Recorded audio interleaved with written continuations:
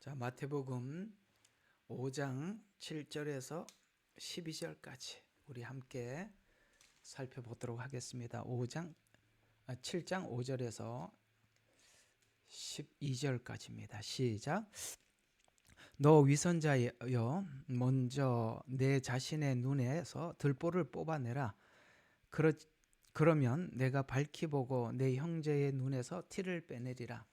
거룩한 것을 개에게 주지 말고 너의 진주를 돼지들 앞에 던지지 말라.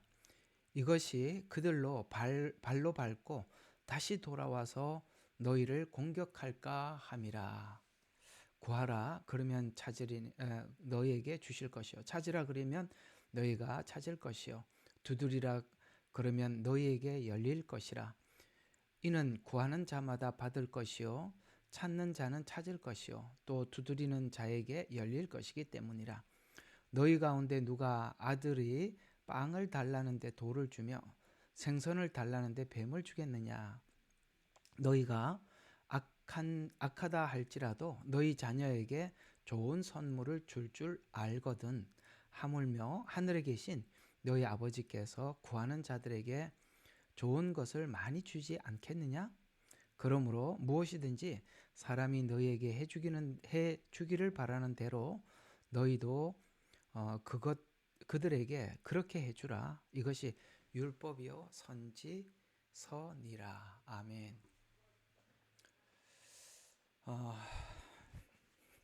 참 오늘 이 부분을 좀 다루겠습니다만, 이게 원래 7장의 그러니까 7장의 이 끝에 말씀이 7장이 5장부터 시작된 결론 부분이거든요. 그러니까 5장부터 시작한 결론 부분이니까 이 5장부터 쭉 이해를 해야 여기를 이해할 수가 있습니다. 사실 이 부분에 대한 사람들의 좀 질문도 사실 여러 번 했었고, 또 일단은 좀 전체적인 의미 속에서 이 7장이 의미하는 깊이가 뭔지를 오늘은 조금 좀 맛 정도 보는 정도로 좀 기본적으로 좀 정리를 하는 차원에서 한번 선택을 해서 특별히 이게 떡상과 관련된 메시지가 여기 담겨 있어서 여러분들과 함께 한번 준비를 해 봤습니다. 자, 일단은 이제 제목을 여러분들 좀 기억하시면서 따라오시면 훨씬 좋을 것 같아서 일단은 제목을 한번 잘 보십시오.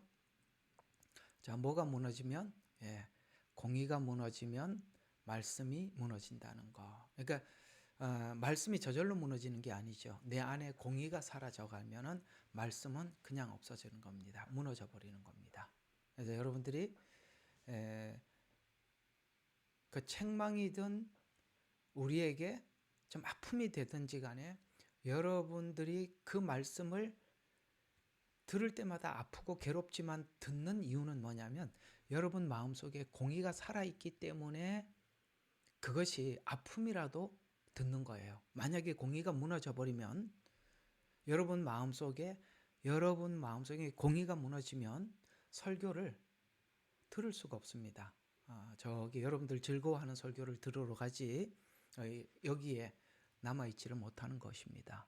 이런 것처럼 여러분들이 괴로워도 이 말씀을 듣는 이유가 여러분 마음에 공의가 있기 때문에 그렇습니다. 우리도 예배를 마치면 모두가 둘러앉아서 오늘 들은 메시지들을 나누는데 다들 하는 말이 괴롭습니다. 아픕니다. 고통스럽습니다.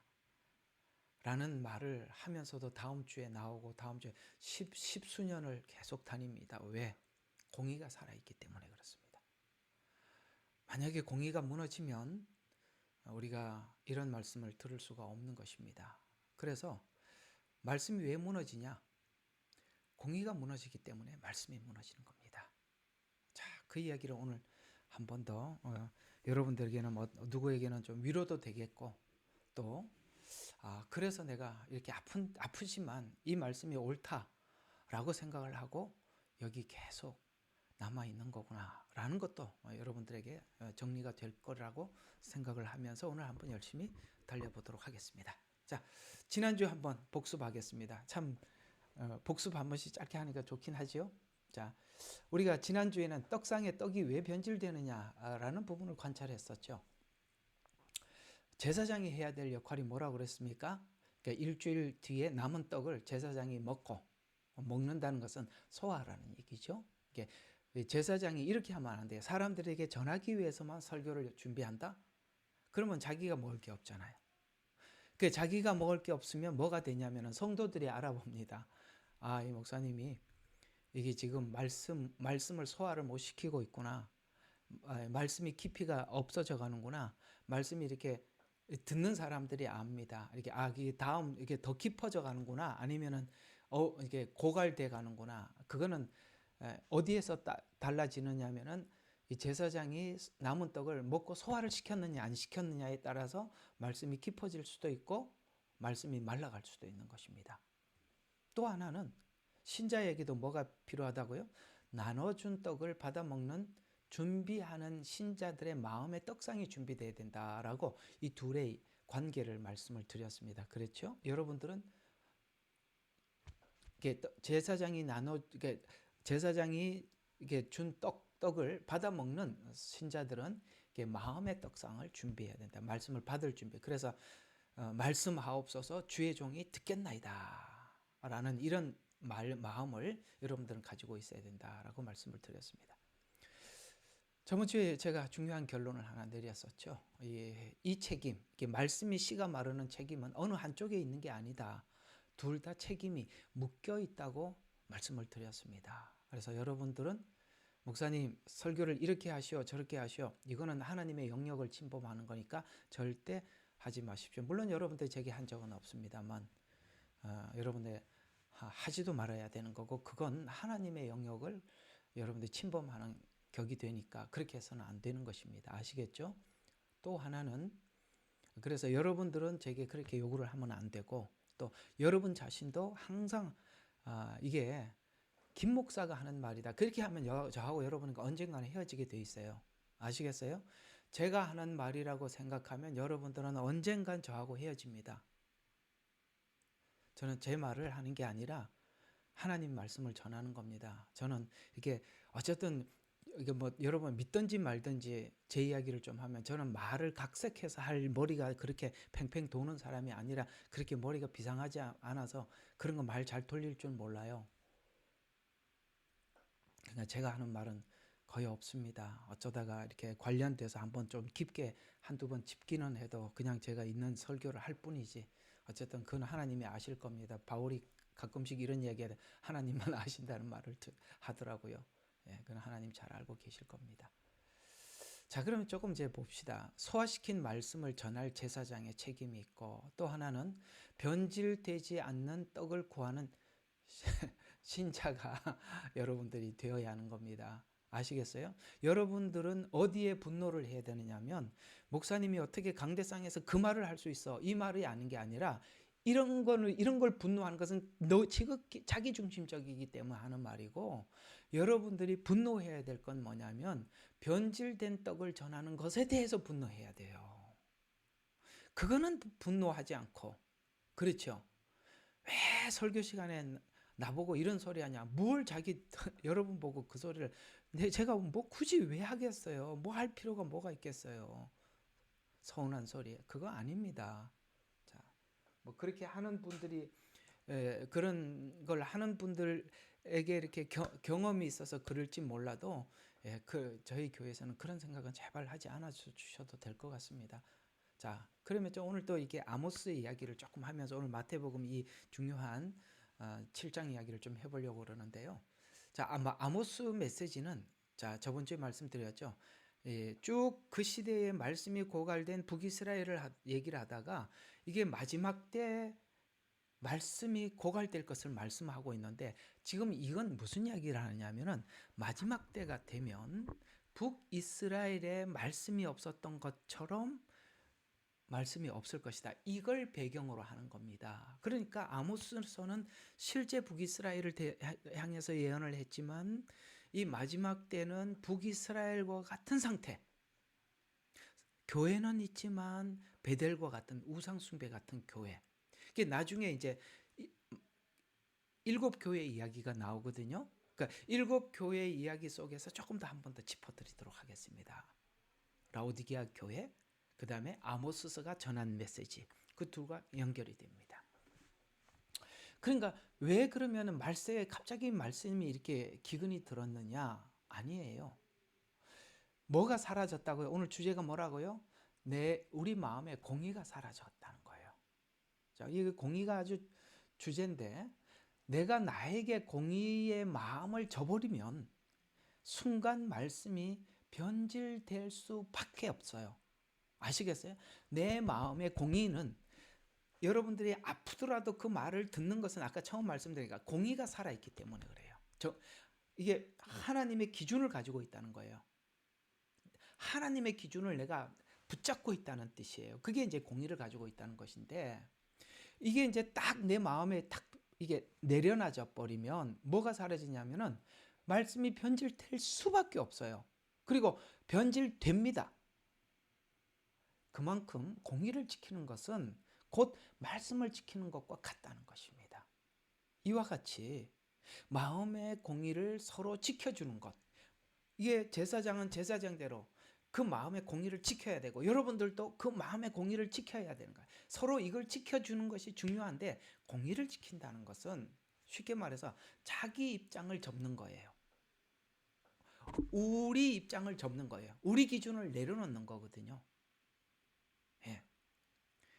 목사님은 우리를 생각도 안 해주시냐? 내가 여러분들 왜 생각해주고 싶지 않겠어요?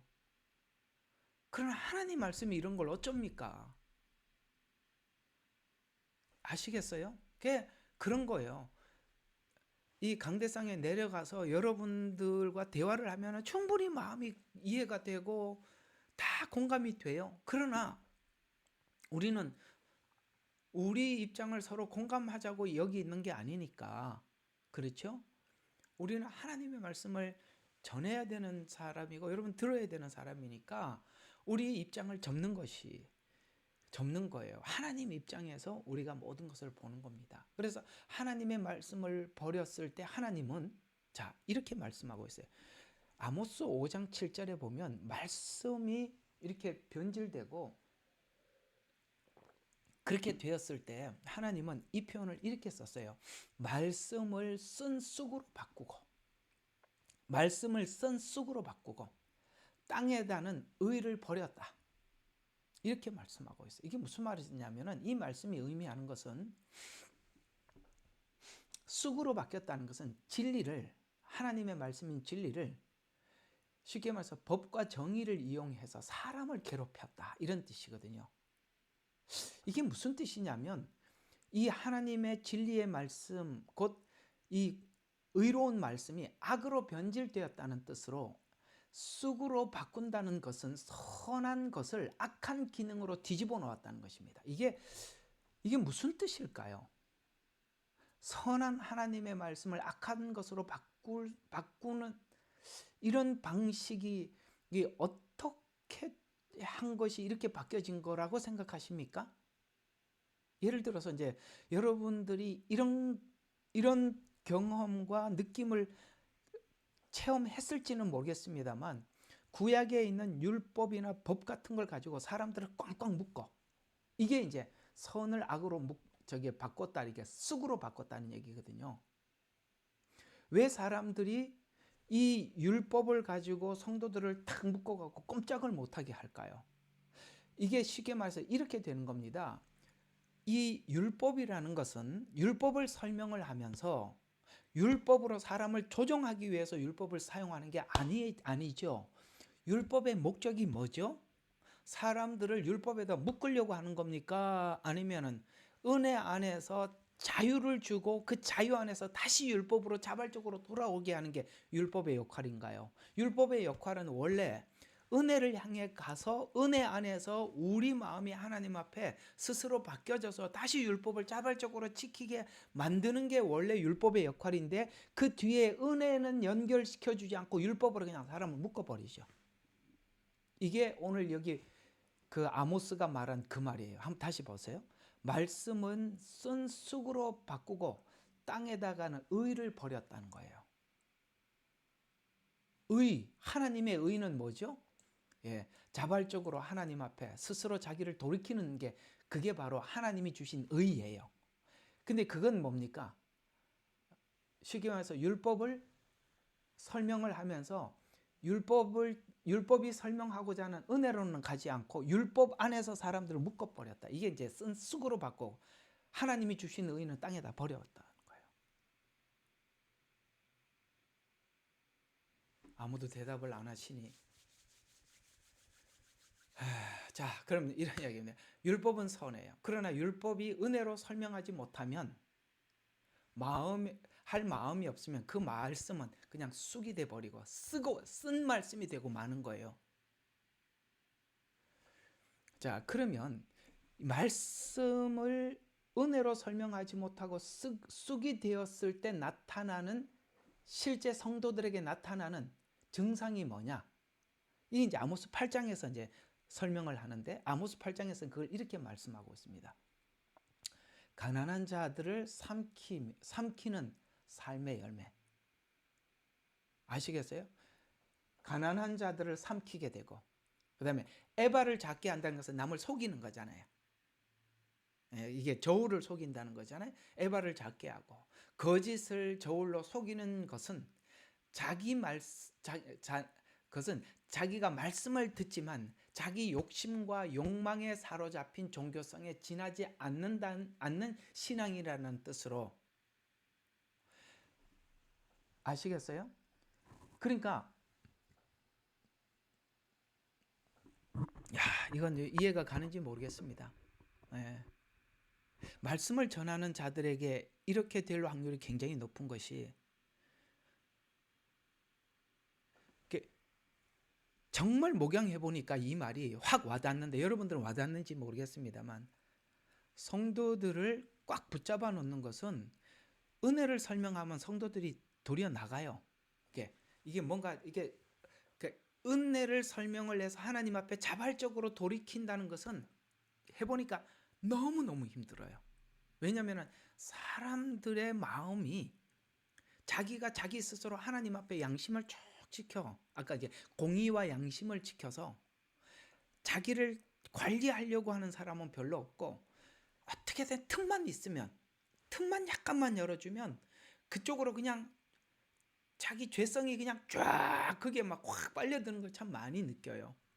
그래서 사람들을 그렇게 방종하지 않도록 묶어두려면 제일 좋은 방법이 뭐냐면 율법으로 묶어두는 것처럼 편한 게 없어요. 왜냐하면 그렇게 하면 사람들이 그 마음에 이렇게 겁박을 받고 두려우니까 그냥 하나님 앞에 벌벌벌 떨면서 살거든요. 그러니까 그렇게 했을 때 성도들은 그 설교자의 말에 혹시나 뭔가 하여튼 뭐 저주가 섞였다든가 뭐 이런 말이 나올까봐 막 두려워하는 거예요. 그러니까 이렇게 묶어두는. 그래서 실제 그렇게 하는 분들 꽤 많아요. 네 해서 고맙습니다. 지금 설명을 열심히 하고 있는데 봤어요. 그렇구나. 이해가 돼요? 그럼 됐어요. 난 모르는 걸 제가 설명하는 줄 알고 설명하기가 어려웠습니다만 아니까 다행이네요. 예, 고맙습니다. 그러니까 근데 자발적으로 여러분들을 복음을 설명을 해서 하나님이 여러분들에게 어떤 분인지 설명을 하고 여러분의 마음이 하나님 앞에 스스로 감동되어 돌이켜 하나님 앞에 묶어주기가 정말 힘들어요.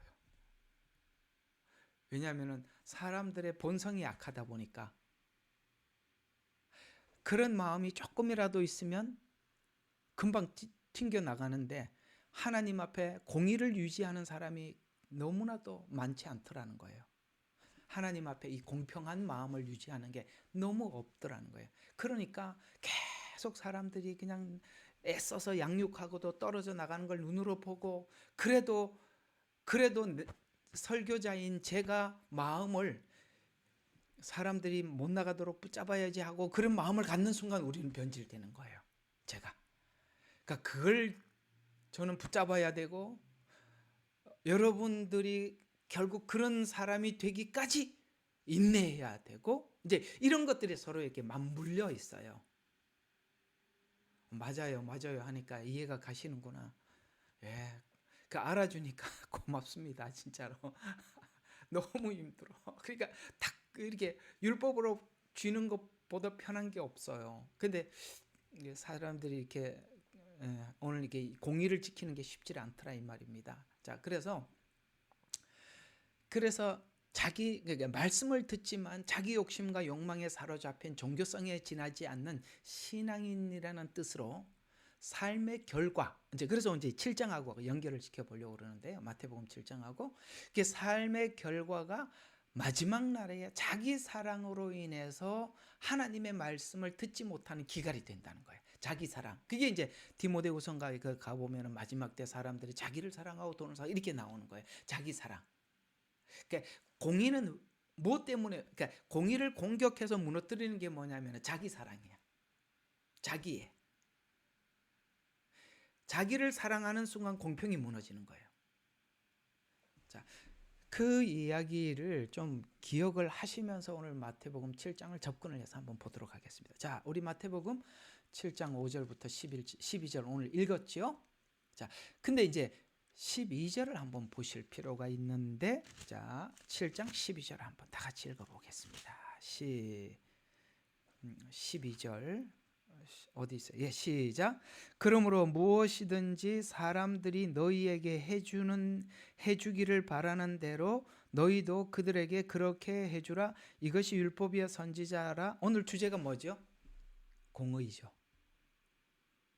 오늘 주제는 공의였습니다. 그러니까 이게 지금 12절이 무슨 말이죠? 공의죠. 다시 한번 볼까요? 누구든지 사람들이 너희에게 해주기를 바라는 대로 뭐예요? 너희도 그들에게 그렇게 해주라. 다른 사람과 나의 관계 속에서 공의를 지키는 겁니다. 입장을 타인을 세워놓고 마치 내가 그 사람이 된 것처럼, 이 말이에요. 내가 마치 그 사람이 된 것처럼 그 사람을 대해라. 이게 공의예요. 지금 이 7장에 있는 거짓 선지자를 만나고 주여 주여 하면서 뭐 귀신을 쫓아내고 별짓 다 했는데 나는 너를 모른다. 하나님을 모른다. 하나님의 두 가지 속성, 하나는 공의, 하나는 은혜의 속성이에요. 전혀 이 사람에게는 이게 없다는 거예요. 지금 이 7장의 12절은 구약이 뭔지를 설명해 주고 있는 거죠. 야, 구약이 뭐냐? 공의가 무너져서 그렇게 된 거 아니냐? 이렇게 묻는 거예요. 구약이 무슨 이야기냐? 하나님은 공의로 판단을 했다는 거예요. 이스라엘 자신은 자기들은 죄가 없다고 생각을 했는데 하나님의 공의의 판단은 죄가 있었기 때문에 바벨론 포로 생활했고, 죄가 있었기 때문에 하나님이 계속 어떤 걸 해왔던 거죠. 근데 자기들은 그렇게 생각하지 않았어요. 그걸 하나님이 다시 바벨론 포로 생활을 통해서 공의를 회복시켜 되돌아놓고 다시 데리고 오고 계속 이 공의가 뭔지를 설명했던 게 구약이다 이 말이에요. 그게 율법과 선지자라는 말은, 율법은 모세오경을 이야기하고 선지서라는 말은 모세오경과 말라기까지 모든, 모세오경 넘어서 여호수아서부터 말라기까지 전체가 선지서. 그러니까 구약 전체를 이렇게 표현하는 거예요. 그 구약이 뭔 이야기냐? 하나님은 공의의 잣대로 모든 것을 판단했던 거 아니냐 이 말이잖아요. 그러면 자, 이렇게 6장을 잠깐 지나가면서 한번 설명을 해 보도록 하겠습니다. 이 6장 이야기가 뭐냐면 6장의 신앙이 넘어가지 않으면, 다른 말로 서지 않으면, 6장의 신앙이 준비되지 않으면 7장에서 무너질 수밖에 없다 이 이야기를 하는 거예요. 6장에서 강조했던 게 뭐죠? 제일 1절에 뭐라고 나와요? 한번 다 같이 봐요. 시작. 사람들에게 보이려고 그들 앞에 자선을 베풀지 않도록 조심하라. 자, 이게 무슨 말입니까? 사람, 대상이 누가 됐어요? 여러분의 신앙의 대상이 누굽니까? 여러분 신앙생활 누구를 위해서 하는 거예요? 사람에게 보이려고 하는 거예요? 아니잖아요. 하나님이잖아요.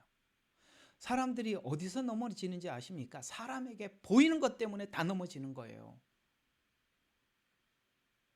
그렇죠? 사람이 사람을 못 넘어가잖아.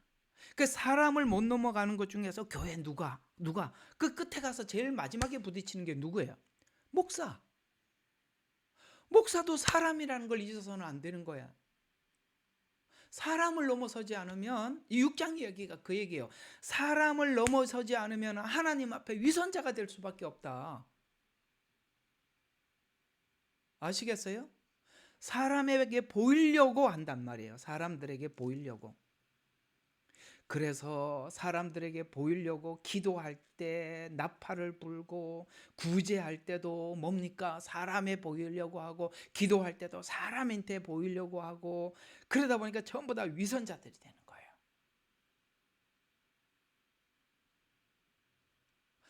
그러니까 사람한테 보려면 그냥 위선자들 그냥 뻔한 거 아니겠어요? 예, 사람을 못 넘어가. 그 다음에 16절부터 이제 구체적으로 나오는 것이죠. 앞에 이제 간단하게 쭉 나열을 했다가 이제 금식. 여러분 금식은 기독교 신앙에서 가장 자기의 신앙 고백을 하나님 앞에 정말 생명을 걸고 하는 게 금식 아니겠어요?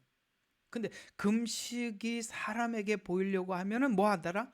슬픈 표정을 짓고 금식한다. 그렇게 밝히게 되더라. 금식 누구한테 한 거예요? 하나님께 한 거잖아요. 그런데 사람한테 밝히고 싶은 거예요. 이게 사람을 못 넘어가니까 나 금식까지 했어. 그래서 누가 이렇게 참 그것도 참 어떻게 한편으로 우리가 이해하고 넘어갑시다만 이게 뭐 이렇게 명함에다가 40일 금식 몇 번 했음. 뭐 이런 걸 왜 집어넣냐고. 자, 그다음에 너희 자신을 위해서 땅에다 보물을 쌓자. 이게 무슨 말인가? 여러분, 우리가 왜 우리 신앙이 위선자가 됩니까?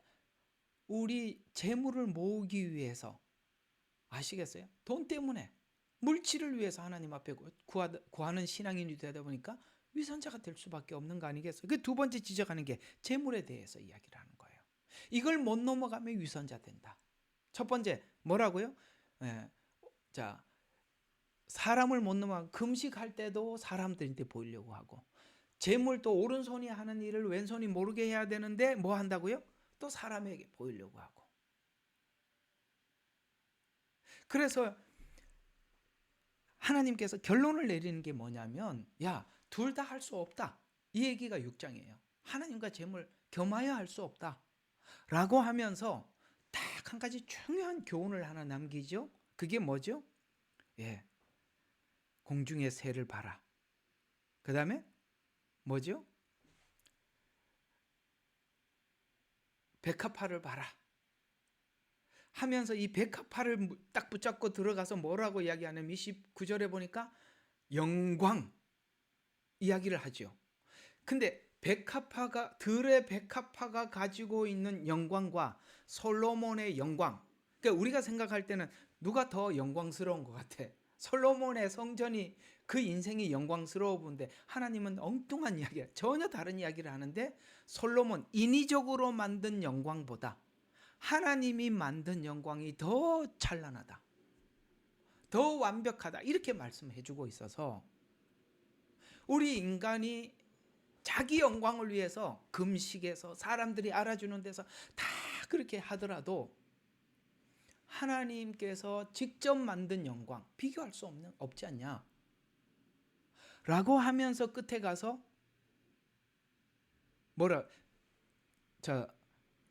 하나님께서 아궁이에 던질 들풀도 이렇게 입히신다. 하나님의 하물며라는 말을 하고 싶은 거죠. 너희일까 보냐. 그러니까 너희들이 무엇을 입을까 마실까 염려하지 마라. 먼저 그 나라 그 의를 구해라. 하고 넘어가면서 이제 그 나라 그 의를 구하라는 말을 이제 6장의 이 모든 것, 야, 이게 우리가 뭐 사람들인데 칭찬받는 거 별 볼 일 없구나.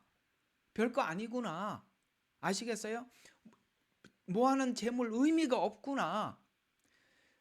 그걸 딱 깨닫는 순간 우리가 뭐를 구하기 시작한다? 그 나라 그 의를 구하기 시작한다. 이게 6장을 넘어가서 7장 이야기가 나오는 거예요. 그러니까 7장 오늘 이제 보세요. 자, 교재를 보시면 됩니다. 무엇이든지 사람에게 너희에게 줘봐. 자, 이게 공의를 가져라. 근데 이 공의를 저버리는 과정이 잘 봐라. 이런 거예요. 네가 목사님이 안 보여요. 그럼 나갔다가 다시 들어오시면 될 것 같습니다. 자, PPT도 안 보이시면 나갔다가 한번 다시 들어와 주세요. 자, 그러면 이렇게 되는 겁니다. 자, 이게 오늘 참 너무 중요한 이야기거든요. 자, 이 우리가 내 마음에 지금 공의를 지키고 있나, 유지하고 있나, 이게 이제 여러분들에게 오늘 궁금해졌겠죠. 내 마음은 하나님 앞에 공의를 잘 지키고 있나 궁금해지셨을 거예요. 그걸 지금 진단하는 방법을 주님이 말씀해 주시는 게 이제 7장 이야기. 그래서 1절부터 5절까지 한번 봅시다. 자, 여러분들은 하나님의 말씀을 들었을 때 이제 이렇게 되는 겁니다. 하나님의 말씀을 들었을 때 내 마음이 공의를 유지하고 있는지 없는지를 여기서 봐야 돼. 판단하지 마라. 그러면 너희도 판단받지 않을 것이라. 무슨 말씀입니까? 여러분, 들은 말씀을 가지고 누구를 판단해야 되죠? 자기가 자기를 판단해야 되는 거 아닌가요? 근데 이 판단이 지금 판단이라는 단어는 어디로 간가? 밖으로 나간 거죠. 이해가 가요? 왜냐하면 남의 티가 보이거든요. 그러니까 들은 말씀이 어디로 가는 거죠? 밖으로 튕겨나갔죠. 그게 지금 끝에 나가서 귀신을 내어 쫓고 이거하고 연결이 되는 겁니다. 어떻게 연결되는지 보세요. 밖으로 나갔다는 단어에 주의하세요. 아시겠어요? 예, 밖으로 나갔다. 왜요? 6장에 보니까 사람에게 보이려고 해요. 사람에게 보이려고 했어요. 그러니까 사람에게 보이려고 하는 사람들은 말씀을 들어도 남을 보는 거예요. 자기를 보지 않아. 왜? 사람을 의식하기 때문에. 그래서 봐요. 판단하지 마라. 그리하면 너희고 판단받지 않을 것이라. 너희가 판단하는 그 판단으로 너희도 판단을 받을 것이며 너희가 재는 그 자로 너희도 다시 측정을 받으리라.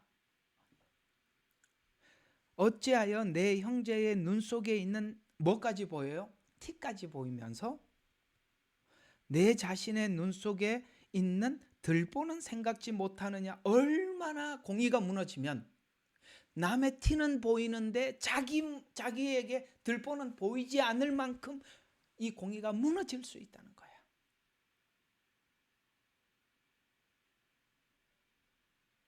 그러니 여러분 말씀을 보면서 남은 긍휼하게 여기고 그래서 이렇게 돼야 되는 거예요. 남에게는 너그러워야 하고 우리 예레미야 눈물에도 누가 너그러움이라는 분이 계시더만요. 참 맞아요. 남에게는 너그러워야 되지만 자기에게는 분명해야 되는 거예요. 좀 이렇게 해야 되는데 이게 남을 의식을 하면 남에게는 예리한데 자기한테는 너그러워져. 이게 지금 뭐 뒤집어진 거라는 거예요. 사람에게 보이려고 6장을 못 넘어온 거예요. 사람을. 그러면 이렇게 되는 거예요. 판단이 자기 티는 자기 들보는 못 보이고 남의 티까지 눈에 보인단 말이에요. 말씀을 들어도. 또 보라 내 눈 속에 있는 들보가 있는데 내 눈 속에 티를 빼어주마라고 형제들에게 말할 수 있겠느냐? 너 위선자여. 이 위선자라는 말이 여전히 계속 6장하고 이어서 같이 따라오지요. 예. 너 위선자여. 먼저 내 자신의 눈에서 들보를 뽑아내라. 그러면 내가 밝히 보고 내 형제의 눈에서 티를 빼리라. 라고 말씀을 하시면서 자 6절을 계속 보시면 이어서 이제 여기 이제 이렇게 되는 거예요. 자 이렇게 1절부터 5절까지 제가 적어놓은 거 한번 보십시다. 이렇게 되는 겁니다.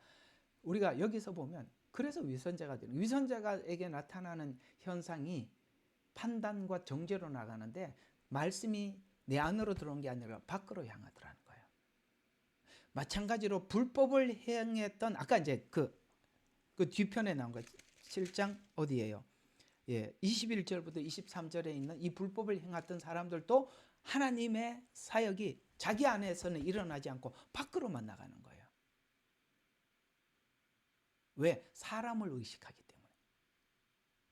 그래서 정죄하고 판단하는 사람들을 향해서 6절에서는 이렇게 말하는 거예요. 거룩한 것을 개에게 주지 말고 진주를 돼지에게 던지지 말라. 놀랍게도 이 들은 말씀을 가지고 밟고 돌이켜서 찢어 상한다는 말이 오늘 무슨 말이에요? 남을 판단하고 정죄하고 티를 찾아내는데 말씀을 쓰더라 이 말이에요. 자, 여기까지 딱 선을 긋고 딱 잘라서 여기까지 딱 6절까지 딱 잘라서 여러분들은 말씀이 어떻게 작용하는지 질문해 보라는 거예요.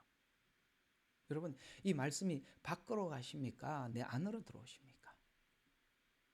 자기 안에서 말씀이 작용을 하면 남들에게는 너그러울 수밖에 없어요. 왜? 말씀을 가지고 자기를 들여다보면 정말 하나님 앞에 할 말이 없는 사람이거든요. 할 말이 없어요. 남을 정죄할 틈이 없다고요. 근데 이게 밖으로 나가니까.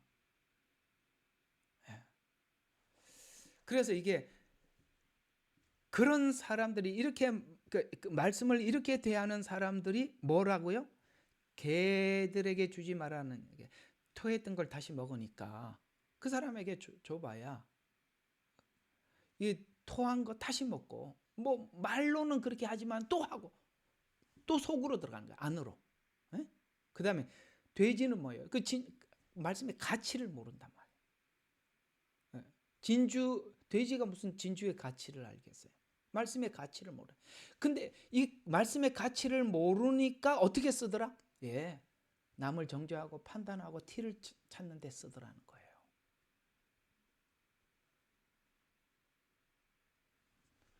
근데 이 말씀이 자기를 들여다보면요, 남을 판단하고 정죄할 자격이 없다는 걸 알게 됩니다.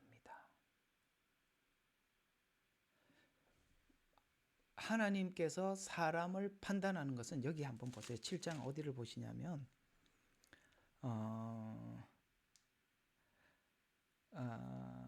자, 23절. 그때 내가 그들에게 분명히 말하되 나는 너희를 전혀 알지 못하니 너희 불법을 행하는 자들아 내게서 떠나가라. 이게 언제 이렇게 말씀하신 거죠? 예수님께서 마지막에 판단하는 거죠. 그러니까 최종 판단은 하나님이 하시는 거예요. 우리가 판단을 해놓고 이런 것들은 다 아닌 게 너무 많은 거예요. 최종 판단은 하나님이 하시는 거예요. 자, 그래서 이제 이어서 한번 계속 봅시다. 자, 만약에 너에게 네가 들은 말씀을 가지고 네 안으로 너 자신에게 은혜를 이렇게 하지 않고 그게 밖으로 나가는 게 보이거든, 이런 말이 되는 거예요. 그런 게 보이면 뭐 하라? 자, 이제 그 다음 절부터 7절부터 뭐라고 나오죠? 자, 구하라 그러면 너에게 주실 것이요, 찾으라 너희에게 찾을 것이요, 두드려라 너희에게 열릴 것이라. 뭘 구하라는 거야? 이런 증상이 나타나거든. 하나님 앞에 하나님 하고 구하라는 거야. 찾으라는 거야. 두드리라는 거야. 여러분, 이걸 가지고 찾고 두드리고 구하라 그랬지. 앞뒤 문맥을 보세요. 하나님, 돼지가 되지 않도록, 개가 되지 않도록, 하나님, 내가 그런 돼지 같은, 개가, 이거 그렇게 하면 욕이 되잖아. 너무 똑같습니다. 하나님, 이게 웬일입니까? 구하라, 찾으라, 두드려라. 아시겠어요? 이렇게 연결이 되는 거라고요. 그러면 이걸 찾고 가슴을 치면서 하나님 앞에 구하는 사람들에게는 뭐라고요? 구하는 자마다 받을 것이요, 하나님이 준다 이 말이에요. 구하는 자마다 받을 것이요, 찾는 자가 찾을 것이요, 은혜를 찾고 구하고 두드리는 자, 적극적으로 자들에게 열릴 것이기 때문이라. 그러면서 너희 가운데 누가 아들이 빵을 달라 하면 돌을 주고 생선을 달라는데 뱀을 주겠느냐? 아무리 악할지라도. 아멘. 앞에 있는 이렇게 악하더라도 하나님께 그걸 반성을 하고 돌이켜 구하면 좋은 선물을 자녀에게 좋은 선물을 줄 알거든. 하물며 하나님께서 너희에게 좋은 것을 주지 않겠느냐라는 이 좋은 것은 뭘까요? 말씀을 가지고 남을 정죄하고 판단하고 비판하는 데 쓰지 않고 자기를 돌아보는 데 하나님이 쓰도록 주지 않겠느냐.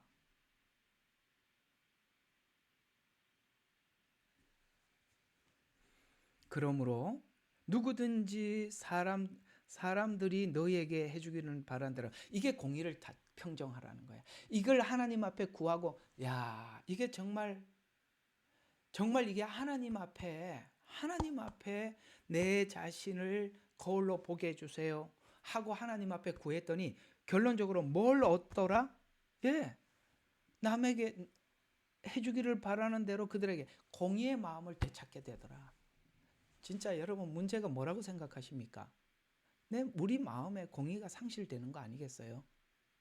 여차하면 사단은요, 이걸 집요하게 공격해서 우리로 하여금 우리 안에 이 공의로운 마음들을 다 무너뜨리는 거예요. 아시겠어요? 예. 다 철성분이 있어서 그러는 거야. 철성분이. 우리만 아는 철이 있어서 그러는 거야.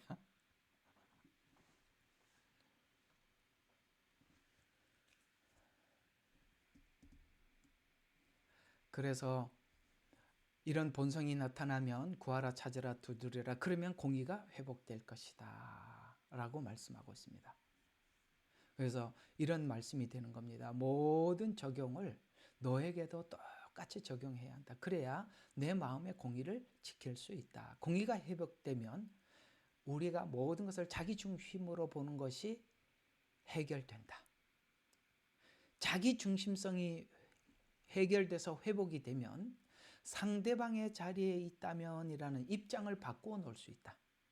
다른 말로 내 입장에서만 판단하지 말고 내가 상대방의 처지였다면 어떤 말과 어떤 대접을 받고 싶을지 그 자리에다 너를 갖다 놓을 수 있게 될 것이다. 이런 말이 되는 겁니다.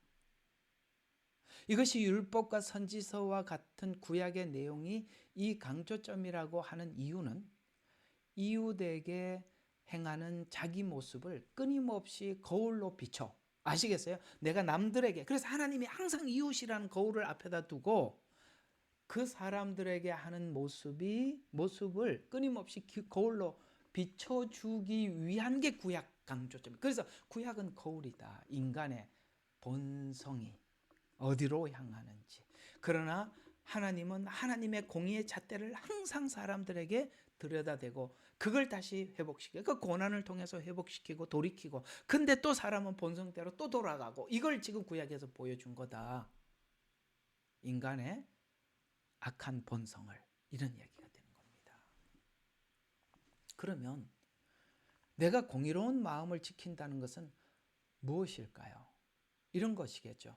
그래서 우리가 항상 이런 마음을 가지고 사는 게 너무 중요한데요.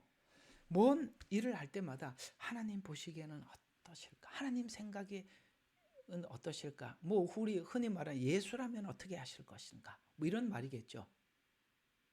하나님 보시기에 어떨까? 하나님이 기뻐하실까?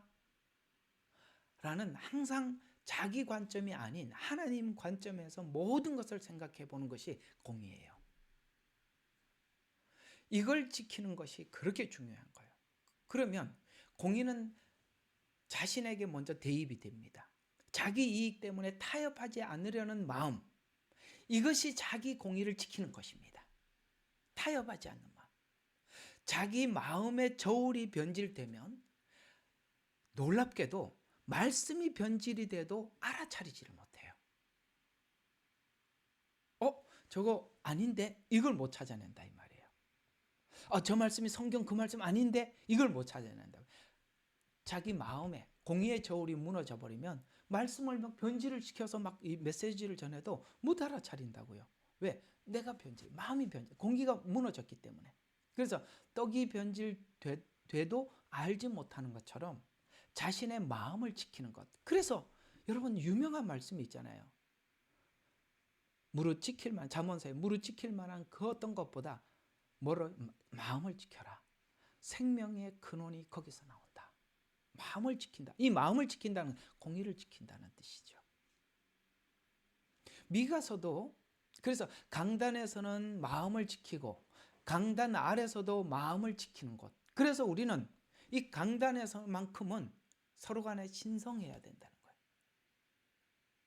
이 강단에서 이 마음을 지킬 때 무슨 역사가 나타나느냐면은 아까 우리 성령이라고들 대답들을 많이 하셨는데 성령의 역사가 나타나면 죄와 의와 심판에 대해서 변질되지 않고 전하게 되는 거예요. 그리고 여러분들도 죄와 의와 심판에 대한 변질되지 않는 마음이 그걸 하나님 앞에 부딪히게 된 거예요. 그래서 우리가 오염되고 변질되고 그 다음에 뭐 상처 입어서 삐뚤어질, 그러니까 우리가 상처를 자꾸 받으면 이렇게 마음이 이렇게 타협하게 되고 삐뚤어지기 쉽거든요. 그 마음을 계속 다잡아갈 수 있는 거예요. 왜? 성령께서는 정확하게 죄와 의와 심판에 대해서 변질되지 않고 항상 똑같이 말씀을 하시거든요. 그럴 때 우리는 그 기준을 쭉 유지해 나갈 수가 있는 겁니다. 그래서 마음을 이렇게 강단을 내서 선포하는 자의 마음도 지켜야 되지만 여러분의 마음을 지켜낼 때 이때 성령의 역사는 가장 강력하게 일어나는 겁니다. 그래서 강단이 우리 예배 시간에 하나님 말씀 앞에서는 정말 우리 마음이 신성하게 그 진리를 사모해야 돼요. 자, 이 말씀들을 아모스서만 한 게 아니라 미가서에서도 그 유명한 성경 구절이잖아요. 아모스 6장 7절과 8절. 자, 내가 천천의 수양과 수천의 순양, 수만의 기름으로 내 첫 태생을 내 혼의 죄로 인해 이게 무슨 뜻이에요? 자, 수천의 수양을 드리고 수만의 기름을 드리고 내 첫 태생을 하나님께 드리고 이건 뭡니까?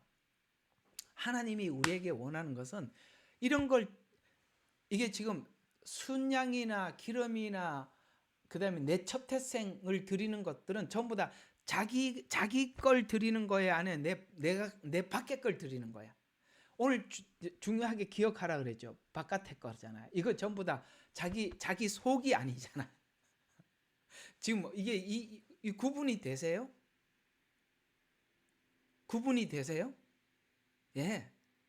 이건 전부 다 바깥의 걸 드리는 거거든요. 그래서 미가서가 그걸 지적하는 거야. 수천의 수양, 수만의 기름, 내 첫 태생, 내 혼의 죄로 인해 내 몸을 드리는 것보다 겉으로 드러난 것 말고 사람아, 그분이 무엇이 선한 것인지 누구에게 보여줬어요? 너에게 보여주셨으며 또 주께서 내게 요구하는 것을 보여주셔. 뭘 요구했어요? 이런 거 드리라는 게 아니라 뭐예요? 오직 의롭게 행하고 자기 안에 복음이 들어와서 내가 의롭게 행하고 이 공의를 지키면서 행하고 자비를 사랑하고 하나님의 은혜를 사랑하고 내 하나님과 함께 공의와 하나님의 은혜가 같이 묶여서 하나님 앞에 겸손하게 행하는 거 아니냐. 반석 위에 지은 집, 모래 위에 지은 집 듣고 행하는 거 아니냐 이 말이란 말이에요. 하나님이 언제 우리 껍데기 내놓으라 그랬어요? 그 말이잖아요. 자, 이런 것처럼 자, 오늘 계속 반복되는 이야기가 뭐냐면 하나님이 요구하는 것은 하나님의 말씀이 내 안에서 나를 변화시키고 새롭게 하는 것. 그런데 우리가 착각하게 되는 걸 내가 배운 걸 가지고 남을 정죄하고 판단하고 그때 밖으로 나가는 거죠. 그 다음에 천천의 수양과 그 다음에 기름을 드리고 내 첫 태생을 그때 밖으로 나가는 거죠. 이 두 가지를 기억하시면서 다시 오늘 마태복음 7장 21절부터 23절을 한번 접근을 해보죠. 자, 밖으로 나가는 것 기억해 주세요. 자, 나에게 주여 주여 하고 부르는 자마다 다 천국에 들어가는 것이 아니요 주여 주여 불렀어요. 하늘에 계신 아버지 뜻대로. 아버지 뜻이 아까 미가서 뭐라고 그랬어요? 예, 하나님 뭐예요? 요구하시 의롭게 행하고 자비를 사랑하고 하나님과 겸손하게 함께 사는 것 이게 뜻이라 그랬습니다. 근데 이제 보세요. 그 뜻을 행하여는 자라야 되는데, 행한다는 것은 뭔 뜻인지 여기 이렇게 연결이 됐어요. 그 날에는, 이게 마지막 날이죠. 최종 마지막에 하나님이 판단하는 거예요. 그 날에는 많은 사람들이 나에게 주여 주여 내가 주의 이름으로 예언하죠. 예언도 밖으로 나가는 거죠. 그 다음에 뭐죠? 그 다음에 마귀를 쫓아내고, 그 다음에 주의 경이로운 일들을 행하지 아니하였나이까. 그때 분명히 말해 전혀 알지 못한다. 뭘 알지 못? 하나님의 뜻이 뭔지도 몰라. 아무것도 몰라. 지금 하나님의 뜻은요, 우리를 통해서 바깥으로 하나님이 막 역사하는 일들을, 귀신을 쫓아내고 이런 걸 증거하는 거예요? 아니면 우리와 하나님과 긴밀한 관계를 가지고 변화되는 거예요? 당연히 후자죠. 복음은 우리 안으로 들어온 거지. 그걸 가지고 남을 판단하고 정죄하고 그렇게 하라고 준 거 아니잖아요. 근데 여기서 뭔가 도무지 알지 못한다라고 말씀 못하는 자들이 있는데 참 놀랍게도 주여 주의 이름으로 예언 축사 경이로운 일을 했다. 알지 못한다. 이거는 결코 한 번도 이거 오타네요. 관계적으로 알지 못한 관계다. 관계. 관계. 여러분 신앙은 하나님과 우리 관계라고 그랬잖아요. 근데 이제 알지 못했던 이유가 있어요. 그 뭐가 있냐면 주여 주여라고 불렀어요. 그러나 뭐에는 관심이 없어요? 네, 하나님의 뜻이 뭔지 아까 이게 뜻에 대해서는 아무 관심이 없다 그랬습니다. 그 다음에 고백은 해요. 주여 주여라는 고백은 해요. 그러나 뭐가 없어요?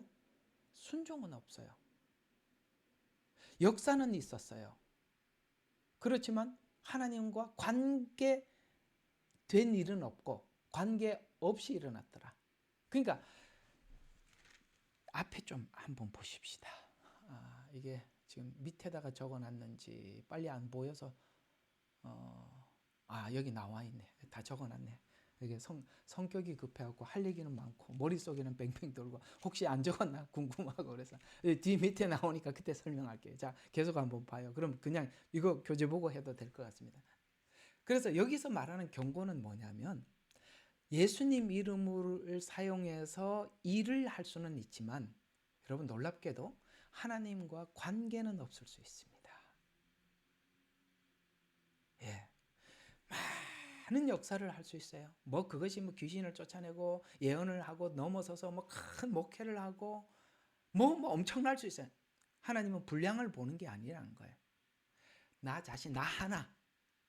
하나님은 나 하나를 위해서 죽으셨고 나 하나를 위해서, 나 하나의 변화를 위해서 일하셨습니다. 주님이 원하는 것은 나예요. 여러분 자신이라고. 그래서 사역은 눈에 보일 수는 있지만 관계는 없을 수 있고 종교적인 활동은 있지만 하나님의 뜻과는 상관이 없을 수도 있다는 거예요. 이 내용을 앞의 내용과 연결을 해보면 이제 쭉 이제 줄줄이 체인을 달듯이 연결을 해보면 이렇게 이야기들이 이렇게 쭉 전개해 갔었어요. 처음부터 뭐라고 이야기냐? 좁은 문으로 들어가라. 이렇게 이야기가 시작됐던 거 아세요? 좁은 문으로 들어가라. 넓은 문으로 가지 마라. 라는 말에서 넓은 문은 뭐죠? 바깥에 보이는 것. 그 다음에 좁은 문은 그 복음이 내 안에 들어와서 나와 씨름하고 바깥에서 나타나는 것은 보란듯이 좋지요. 사람에게도 보이고 하나님 앞에도 뭔가 성과가 있고 하나님이 그걸 요구해서 그걸 위해서 십자가 진 건 아니잖아요. 좁은 문으로 들어가라. 넓은 문으로 가지 마라. 보통 사람들은 다 넓은 문으로 간다. 대중이 가는 것이 맞는 게 아니다. 십자가의 길은 주님과 너하고 둘이 가는 길이다. 좁은 문으로 가라. 넓은 문, 그 다음에 나오는 게 뭐냐면 거짓 선지자, 참 선지자가 쭉 나오면서 넓은 문으로 가면 누가 기다린다? 제가 이게 마태복음 강의하면서 했던 거예요. 넓은 문에 들어가면 거짓 선지자가 어서 오세요 하고 기다리고 있다고. 그러면서 그 거짓 선지자들을 삼가라. 거짓 선지자인지 제가 어떻게 알아봅니까? 성경은 뭐라고 해요? 열매를 보면 알지 않냐? 열매를 봐라. 그 안에 예수 그리스도의 성품과 열매가 나타나느냐. 그리스도의 성품이 성령이 작업하면 뭐가 성령의 9가지 열매. 그런 열매가 있느냐. 예. 그래서 거짓 선자를 삼가라. 그게 왜 그 삼가하지 못하지요? 아까 다시 처음 이야기 되돌아가서 왜 그 거짓 선자들을 삼가하지 못하지요? 왜 그거 분별이 안 되죠? 내 마음에 공의가 무너지면 거짓 선지자인지 참 선지자인지 몰라. 내 마음에 공의가 무너지면 그게 뭔지 몰라요. 그래서 열매를 보면 안다 라고 하면서 그 열매에 대한 이야기가 앞에 17절이지요. 이렇게 나옵니다. 자, 그렇게 넓은 길로 가면 15절 거짓 선지자가 를 만난다. 그러나 그들은 양의 옷만 입고 있다. 겉만 보고. 아시겠어요? 겉만 보고. 옷을 입고 있으니까 속은 모르잖아요. 근데 속은 뭐라고요? 일이라. 여러분 왜 일이라고 표현한지 아십니까? 일이는요. 짐승을 잡아서 살을 뜯어먹는 내장만 먹어요. 우리가 지금껏 그나마 축적하고 받아둔 진리만 뺏어가는 거예요. 속을 뺏어간다고. 그래서 이리가 먹고 나면은 그 내장만 먹고 다 뜯어먹는 거예요. 그래서 일이라는 표현을 쓰는 겁니다. 여러분 옷을 보고 속지 마라. 속을 봐라. 사람이 자 그러면서 아주 기본적인 아주 자연의 원리를 이야기합니다. 뭐라고 자연의 원리를 쓰면 가시나무에서 포도를 말도 안 되죠. 가시나무가 어떻게 포도를 해요? 포도는 하나님이 원하는 열매고 가시나무는 거짓 선지자가 내는 열매. 가시라는 이 표현은 앞에 있는 뭐라고요? 판단하고 정죄하고 남을 찌르는 것 이런 뜻이에요. 아까 또 돼지는 뭐니까 발로 밟고 공격한다. 똑같은 단어들이에요. 이게 같이 이야기가 반복되는 거예요. 공격한다. 판단하고 정죄하고 그것을 발로 밟고 공격한다. 여기는 가시나무다. 이렇게 표현하는 겁니다. 그래서 남을 찌르는 것이 열매냐? 이런 뜻이죠.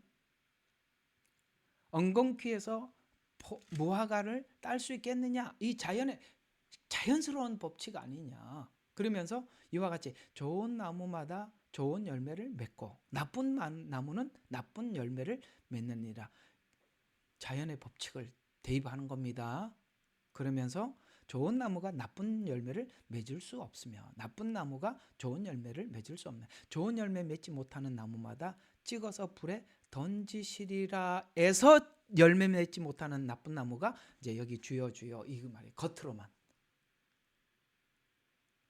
그래서 나쁜 나무는 뭐예요? 겉으로는 역사는 나타나는데 내 안에는 아무 일이 없어. 이게 나쁜 나무라는 거예요. 그래서 문맥을 따라서 근본부터 살펴야 할 것이 넓은 길과 좁은 길 사이에서 공의로운 마음을 가져보라. 무엇이 참된 것인지. 마음의 공의가 무너지면 넓은 길과 좁은 길 사이에서 내 마음에 두 길이 있음도 알지 못한다. 이해가 가요? 대중이 가는 대로 좁은 길이라는 것이 있다는 자체도 알지도 못한다는 거예요.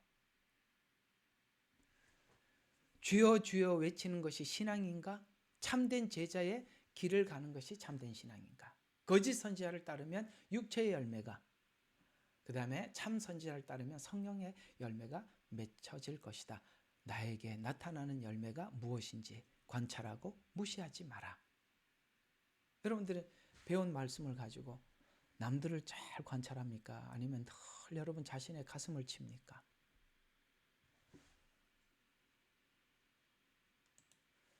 자, 그래서 이제 이야기를 좀 정리를 하면서 맞춰보면 그런 이야기가 되는 겁니다. 여러분, 거짓 선지자에게 일어났던 현상들은 자기 안에서 일어난 역사가 아니라 겉으로만 나타난 역사라고 말씀하고 있습니다. 성령의 역사는 자신의 내면에 일어나는 역사인데, 그래서 그 근본이 뭔지 보라는 거예요. 근본. 네 안에 떨어진 씨앗이 뭐냐 이거죠.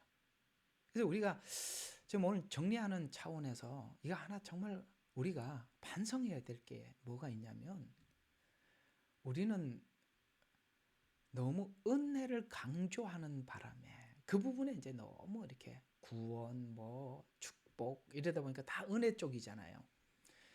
그러다 보니까 뭐가 자꾸 이렇게 우리도 모르게 이 부분이 강조가 안 된 게 많다고 생각해요. 제 느낌에는 하나님이 얼마나 공의로우신지, 그 공의가 내 마음 안에도 얼마나 내 안에 이렇게 준비되고 장착되어 있어야 하는지에 대한 이해도가 너무 낮아서 너무 우리는 자기한테는 너그럽고 남에게는 너무 예리해.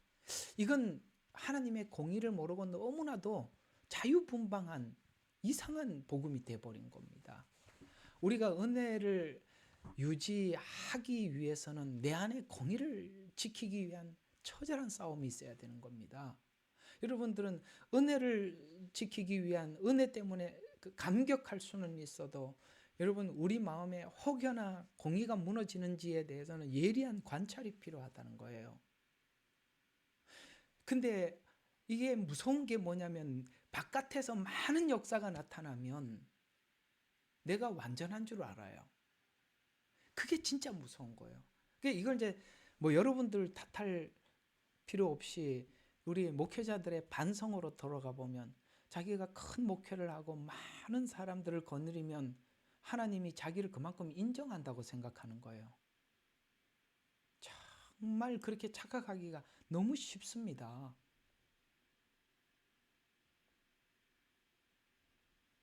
너무 무서운 거예요. 최종 판단은 그날 주님이 하시는 거예요. 그날. 아시겠어요? 무섭다고요.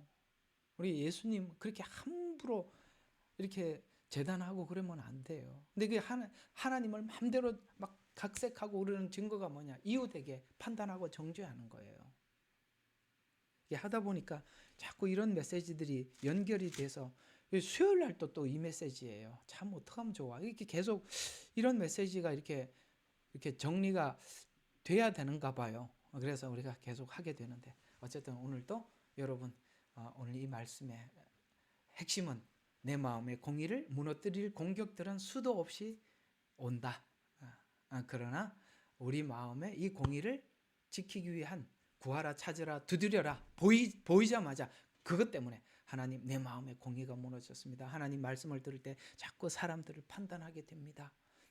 이런 게 막 찾아오면 하나님 앞에 여러분들이 그냥 정말 아시죠? 오늘 막 어떻게 돼? 막 구하라, 찾으라, 두드려라 3번 강조하는 거야. 이만큼 급하다. 막 빨리 쫓아와라. 이런 이야기가 되잖아, 그죠? 예, 찾고 막 두드리고 막 여러분 할 때까지 해라. 그렇게 되는 겁니다. 자, 이런 말씀이 여러분들에게 큰 도움이 되셨으면 합니다. 기도하겠습니다. 하나님 고맙습니다. 아니죠. 우리 같이 기도하기로 했죠. 깜빡할 뻔했습니다. 자, 우리